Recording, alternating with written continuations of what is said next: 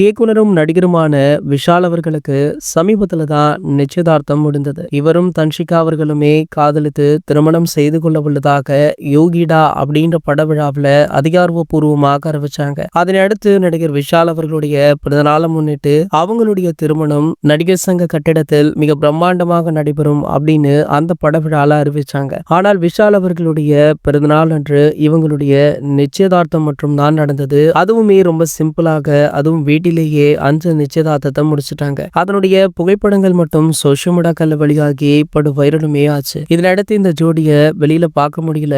அது மட்டுமல்லாமல் அந்த நிச்சயதார்த்தத்தின் போதே நம்ம விஷால் அவர்கள் கூடிய விரைவில், அதாவது ஒரு சில மாதங்களிலேயே திருமணம் நடைபெற்றுவிடும், நடிகர் சங்க கட்டிடத்தில் மிக பிரம்மாண்டமாக அப்படின்னு சொல்லியிருந்தாரு. ஆனால் அவர் அறிவித்தே கிட்டத்தட்ட பல மாதங்கள் ஆகிவிட்டது. இன்னமுமே இந்த திருமணம் பற்றிய எந்த பேச்சுக்களும் வெளிவரல. மேலும் பாத்தீங்கன்னா பொதுவெளியில இருவரையுமே காணல.